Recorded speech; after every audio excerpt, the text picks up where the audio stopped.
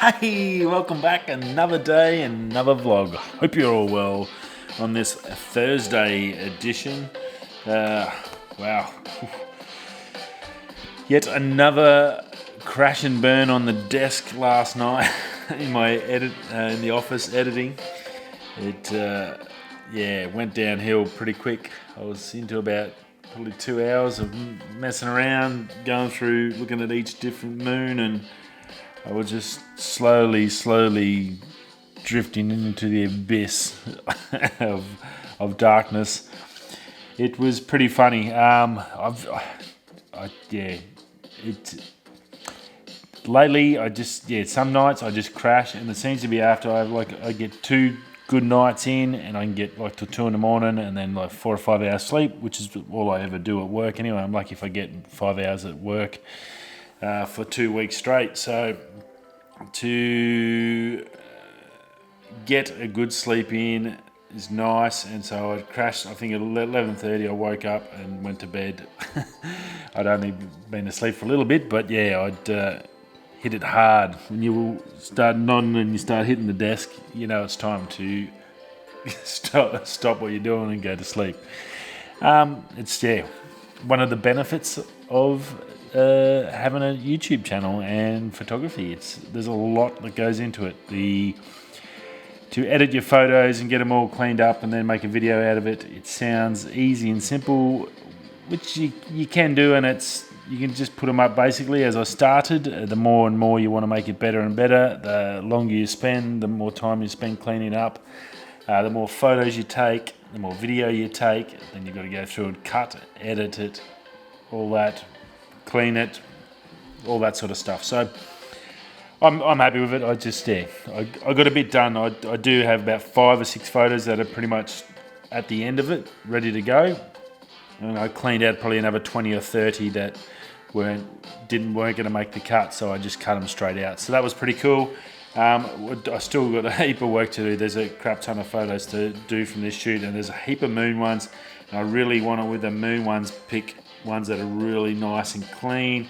Go through, make sure I can get them really spotlessly clean. So when if you do zoom in on them, you can see a really nice clear picture of the moon. That's the idea of it. And I have got probably half a dozen of those. It's now picking one that I can then display up there for you and then put it on Instagram and all that. So I'm happy.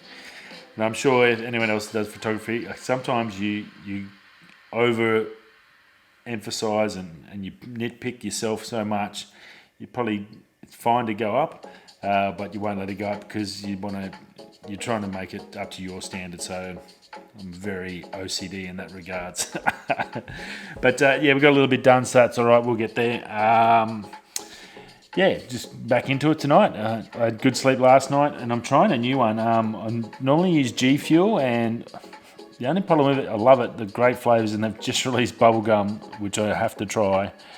But the shipping costs, everything at the moment, shipping has gone through the roof. It's just a nightmare. So it basically costs you, what it costs you to buy the stuff, it costs you in freight.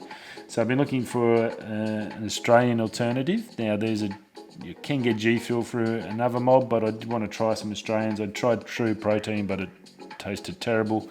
And I just got my Legion Energy stuff in today, so I'm trying that out, and this first taste is the new pineapple one they've got, and it actually tastes good. So I'll find out tonight how it goes on keeping me awake and alert. That's the idea of it, without any sugar. So that's the goal, to keep me away from my Red Bull addiction I had for 20 plus years since they released it when I was there in London, when it was actually good. Now if you don't know, a little hot tip that when I lived in London in 1997, Red Bull come out, and it used to have 1,000 milligrams of pseudoephedrine in every single can. That was Red Bull. The stuff you got now is just sugar water, and it's nowhere near what it used to be able to do to you. First can I had, I didn't blink for about 8 hours. So that's how good it used to be. And it was £1.20, and then to grow it, because it was banned in so many countries because of pseudoephedrine, they had to take that out and basically ruin the drink because it was freaking amazing. Absolutely amazing what that stuff used to do. And you needed one can and you were good to go for a whole shift. But anyway, trying this out, give it a crack, see what it tastes like. The taste is heaps better. The true protein, I'll probably give it away at work. It's not even worth touching. Unfortunately, I was very disappointed with that. So no, you can't win everything, but this at least tastes nice. Just see how it goes on the run. Rightio, let's get into it. Nikon rumours possible. Nikon's fighting back a little bit against Canon. 2 new cameras, hopefully this year, possibly early 2021. A Z30, an APS-C with no EVF, so probably next level down from the Z50. Some similar technology from the Z50 they'll probably borrow. And also a Z8 Pro model. Now, Fro knows, or the Fro, Jared Poland, is predicting that Z8 could possibly have that Sony A7R4 sensor. That's the 61 megapixel sucker. So that could be a decent bit of kit. Dual card slots, a pro grip, and some really good weatherproofing. I guess sort of make it something. Sorry about my English. Something similar to maybe a 1DX Mark III, that rugged, hard, strong body. So that'll be pretty interesting. If they get them out this year, that'll be pretty cool. Very, very nice. Obviously, we've got some delays over in Canon, so Nikon's got a little bit of time to play catch up. If they can fast track some stuff, they might be able to save a little bit of face here and get something out. Something not too far behind Canon, where Canon takes a big market share off them if they've got all their ducks in a row. So yeah, good to see Nikon fighting back. Those 2 card slots, I think that's something very interesting on it, and it'll be more interesting to see what its dynamic range and what it's going to be doing. Is it 10-bit color and stuff like that? We'll get more stuff down the road from Nikon rumours about that stuff. So yeah, very, very cool, and good to hear we've got some competition coming for the new Canon cameras that are coming out.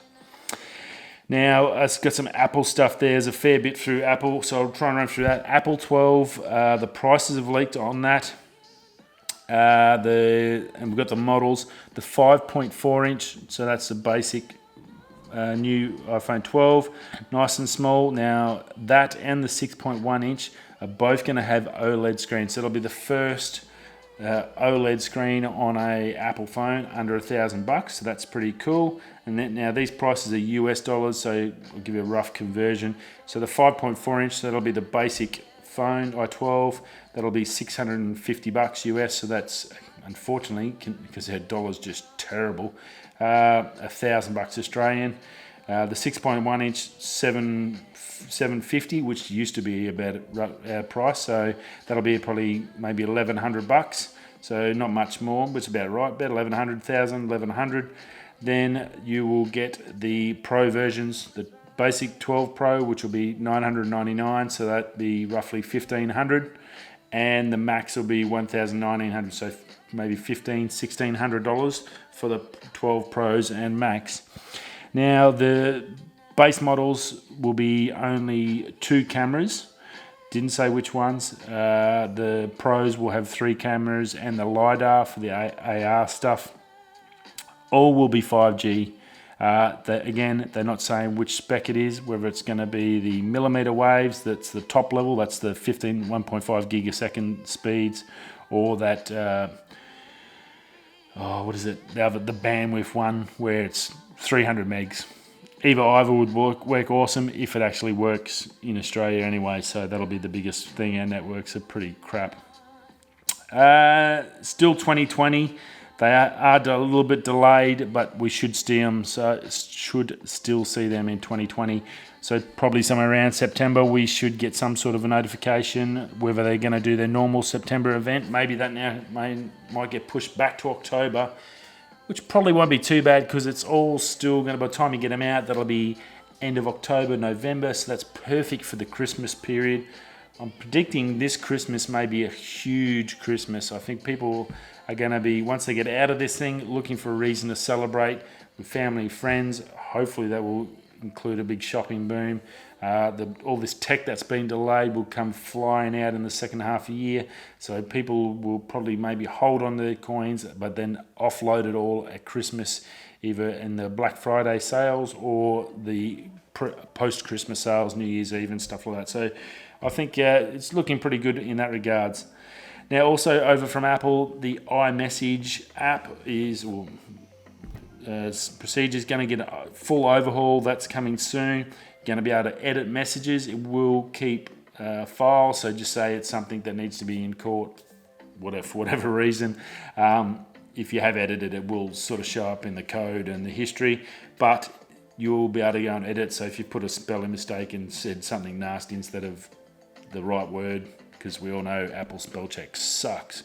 I constantly have dramas with it. It might be just my spelling too, I'm not sure. But that's all getting an overhaul, plus new menus and some other new stuff. So some fun things happening there. iOS 14 is due out next month. Everything Apple Pro's telling us, so that's pretty good. There's a heap of bugs in the current software. I'm still got all my photos back with the last update with the software for the computers for Mac OS. That was fantastic. I can now get photos back on my phone, first time in 6 months. Apple couldn't even fix it, but the release somehow fixed it.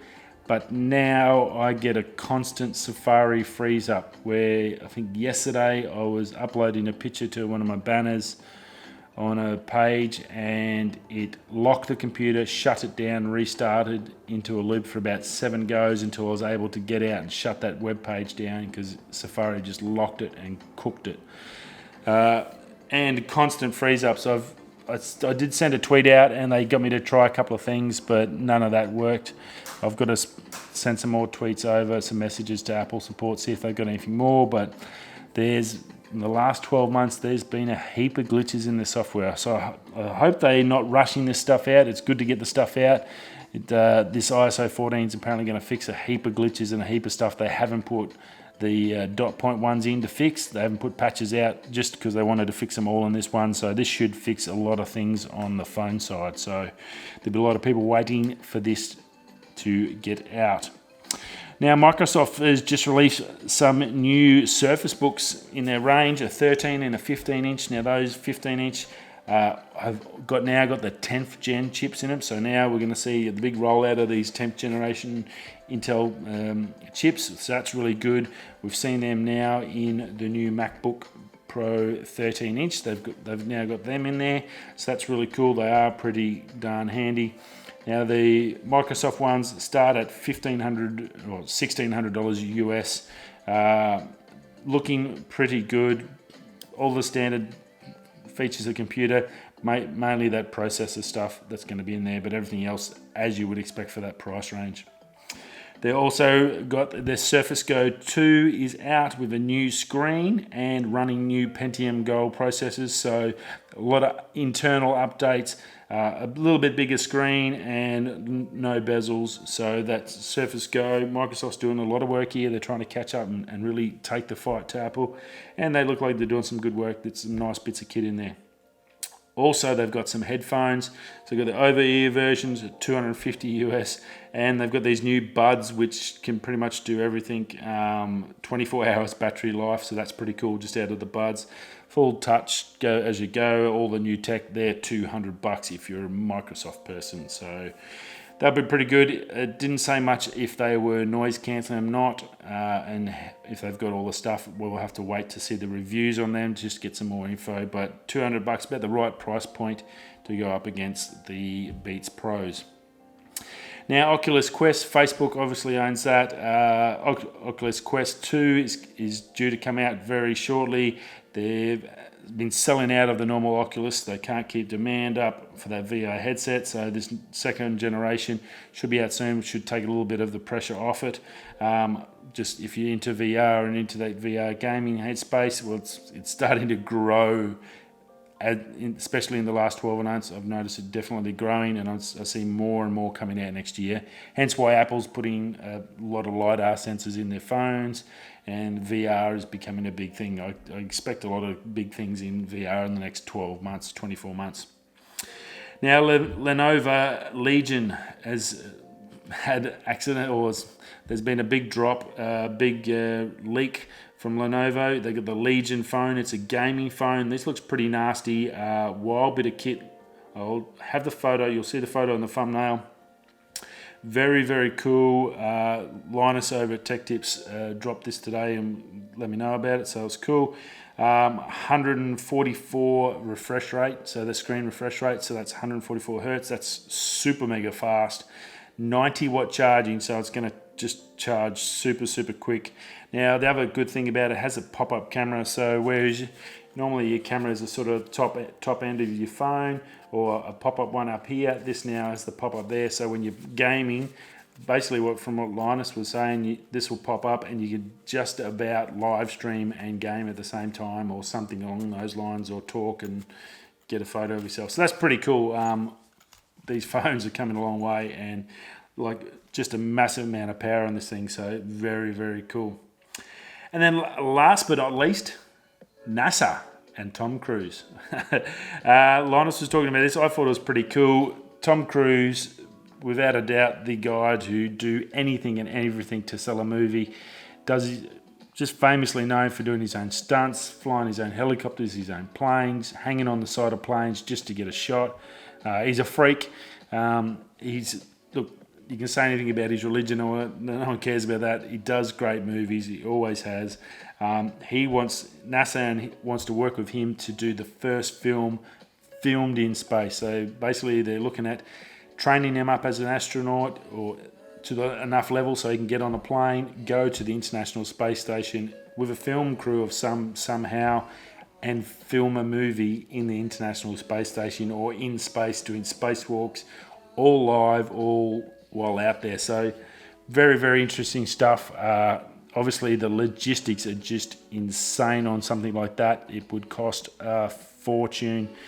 I wouldn't be surprised. Something like that would be the first $1 billion cost of a movie. We all know they make billions, but they normally only cost anywhere up to, like a Michael Bay, might be a couple of $100 million to make something. Where if you start doing space walking and all that, and training and all the gear, and launching ships with camera crews and gear, we could have the first $1 billion cost of a film, which is just insane. But what a film. How cool would that be? I think it would really gather a lot of interest towards space too. So very interesting and pretty cool from NASA to jump on board with that, and Tom Cruise doing what Tom Cruise does best. And yeah, I'm sure we'll hear more about that. And that's about it. Not as much rain today, so that was good. The weather's backed off a little bit over here in Perth. And yeah, we're done. Last day of the week tomorrow, Friday. I will see you all for that, the end of the week show. Hope you all had a great Thursday, and I'll look forward to seeing you again tomorrow. Okie doke. Wherever you're coming, going. I'll see you all tomorrow. Peace.